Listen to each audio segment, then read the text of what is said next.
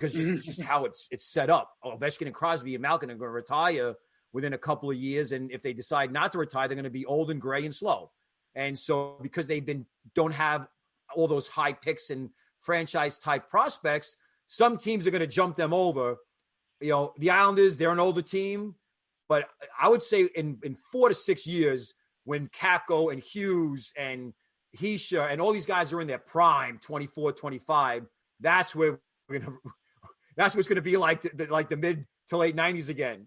It's first time you could say a little bit maybe. No, but 2012 was kind of like, I think, an outlier because the Devils and Rangers were both kind of like trending in different directions. But the real arms race with the Devils and Rangers was the early 90s to mid 90s, with the Devils eventually coming out on top and the Rangers going the opposite direction. So I think it's going to come to that again. I think they're very equal teams. And the division's better. Like, let's face it, like everybody loves the rivalries, and the games are more exciting as fans when both teams are doing well in the standings as well, right? Because it sets up for a bigger meaning to the game. I know everybody gets hyped up for a rivalry, but when the teams are in a playoff spot battling in, say, December or mid to February or March, it just makes the game more exciting to watch as a fan too, right? So,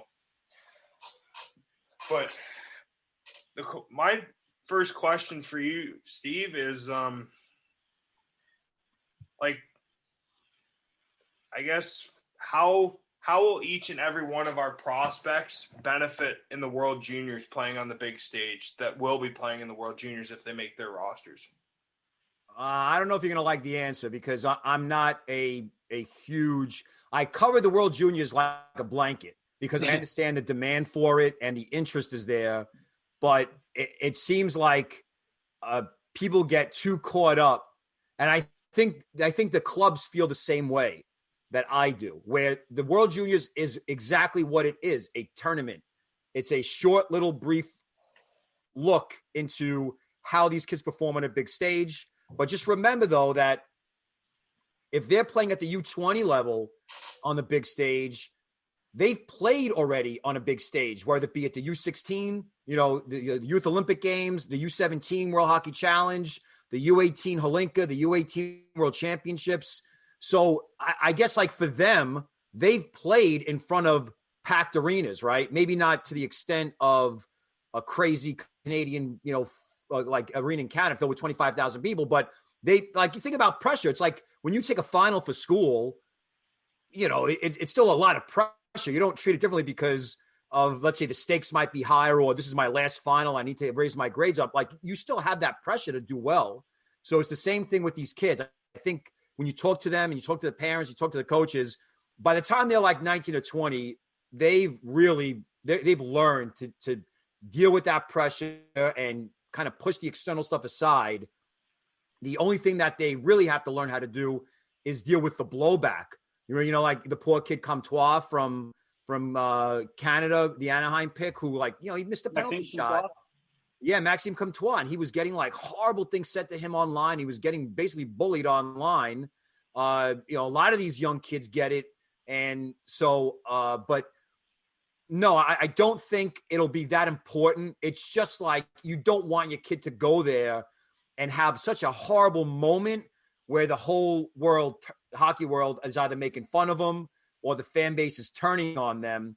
I mean, look at Askarov. That kid, that was BS what they did to that kid. They, meaning the media and the fans, because he was a machine. He destroyed Canada at the Holinka. He's destroyed so many powerhouse teams before that World Juniors, and he had 2 bad periods, mostly during the power play. He got beat by some snipes.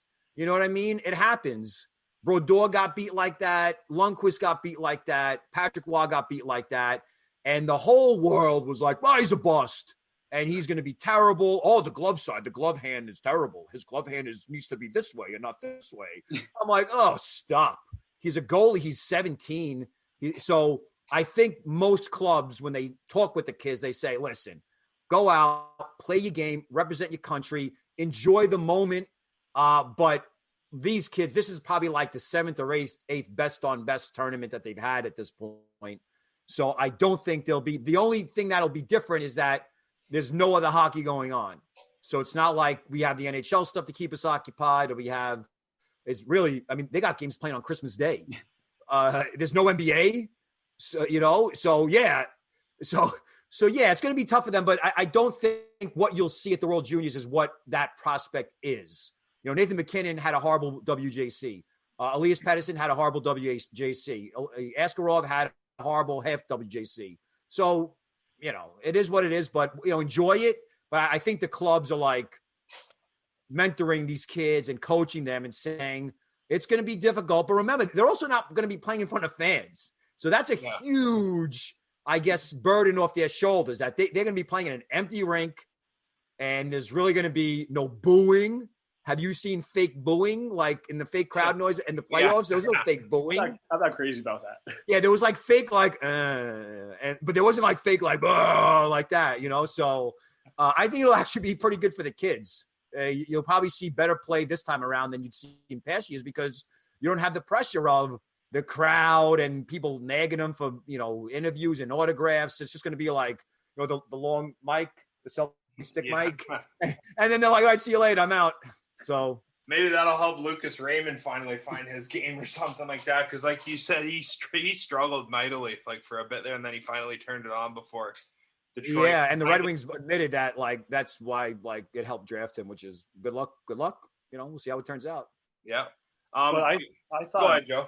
Ishak was amazing in that game in Ostrava versus Askarov.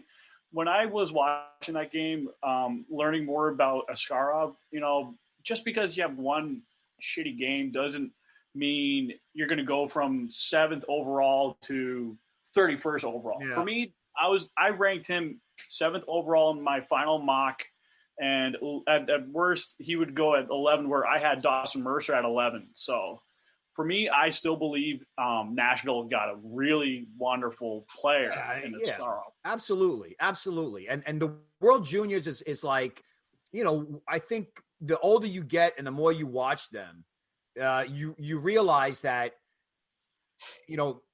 it's a huge deal in Canada. Like it's a moneymaker. Yeah. It is all about the cash. It's about the ratings. And you can't it's basically marketing, media, PR 101. You can't just be like, World Juniors is going to be next week. It's not that big of a deal. Like, no, you got to say like, oh, who's going to be better, Quentin or Alexis? So they have to basically create rivalries. They have to create storylines. So when Elias Anderson throws his medal to the stand, all right, a big deal, but not that big of a deal.